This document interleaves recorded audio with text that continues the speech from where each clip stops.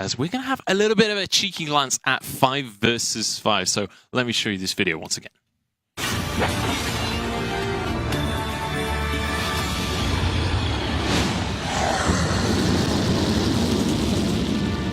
You guys can already sign up, but we want to have a chat with you guys and explain what is going to be going on in 5v5, because it's a very different game mode to 3 versus 3. There's a lot of changes going to be coming on in, and I think one of the first changes we need to be talking about when it comes to 5v5 is the fact that the map is so much bigger. There are going to be 18 turrets on the map. That is 8 more than is currently in 3v3. Yeah, 18 turrets plus these 3 inhibitor-like structures behind them as well. So there's 21 objectives. Actually, no, sorry, that would be 24 objectives just sitting on the map in the lanes for teams to try and take down. You can see a shot of what the new bases are going to look like a bit there. That looks sick. It's so sick. I cannot wait. There's so much standing gold available on the map. There's going to be so much more fighting. So much more fighting and so much to take down as objectives. You get a lot more gold from each. I mean, you get the same. I would expect to get the same amount of gold from each turret, but at the same time, there are so many different turrets now that you can gain a lot more gold. And then only to get to the Vainglory Crystal, you got to take down so many more objectives. So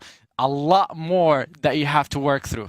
Absolutely. Can't wait to... I mean, I'm going to give you guys a little bit more of an in-depth look at that map in a few minutes. But first, we've got to talk about how Fog of War is going to be a huge factor in 5v5 as well. In 3v3 right now, there is one way that you can be ganked.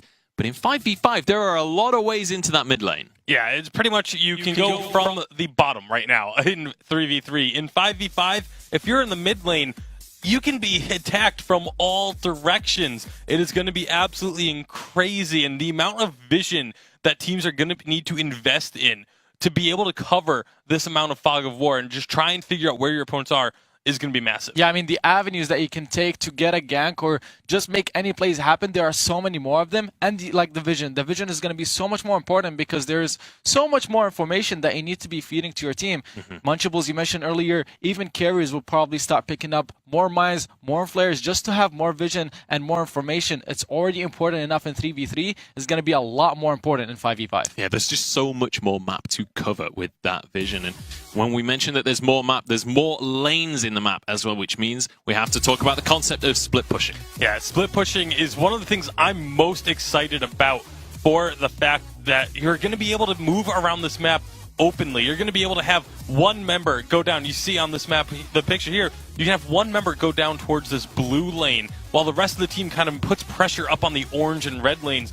And if you don't have someone who can 1v1 that member who's split pushing, you then have to send 2 people down there, and all of a sudden the opposing team now has an numbers advantage where they're pushing on the map. It really creates some interesting options as well as just wave management. Right. I mean, split pushing is going to be just one of the so many different strategies that you're going to be seeing now in 5v5. You mentioned the wave management is going to be so important. Preparing your waves on all 3 lanes, if you're able to, before you go for an objective, before you go for a team fight, that will give you such a huge advantage because the waves will be pushing in as you're fighting your opponents. And then on top of that, you got things such as objective trading. If your opponent goes for one objective and you're behind, now you don't have to contest them. You can try instead to go for another objective all the way on the other side of the map. Such interesting dynamics that we can see. Yeah, and speaking of the other side of the map, a larger map means mobility becomes so incredibly important now. We're going to get to take a look at another video here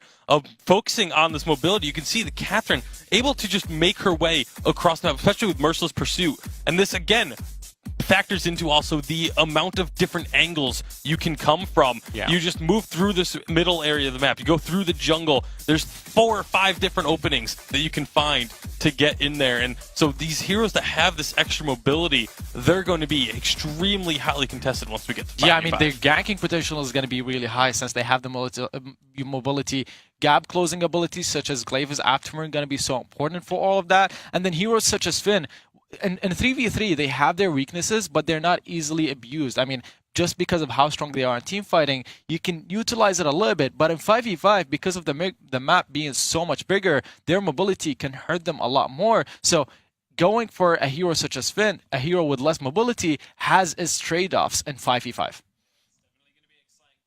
drafts and things are going to pan out once we get to 5v5. Now, I begged production to let me do a Telestrator segment on 5v5 because one thing that is going to be incredibly important is objective control. Now, you can see on the map, there are these two sections. These are classic MOBA neutral objectives. In League of Legends, you've got Baron and Dragon. In Dota, you've got Roshan. We don't know what they're going to be in Vainglory just yet. Could be Kraken, could be something new. There was a dragon on the splash art. But these 2 points are going to be highly contested. And one of the things that's really going to affect these points is your first turrets of the game.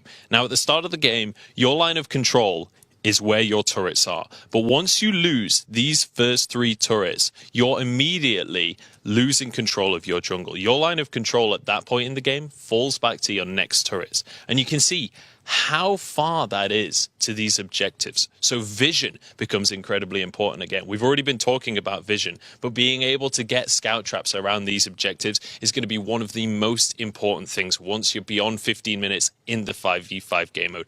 There is so much to talk about in 5v5. I would love to just have a 10-minute segment with you guys in the Telestrator right here. We don't have time. We have to get into the Vainglory 8. I cannot wait to see 5v5. Make sure to go and sign up. But before you do, make sure to watch the team fight of the week.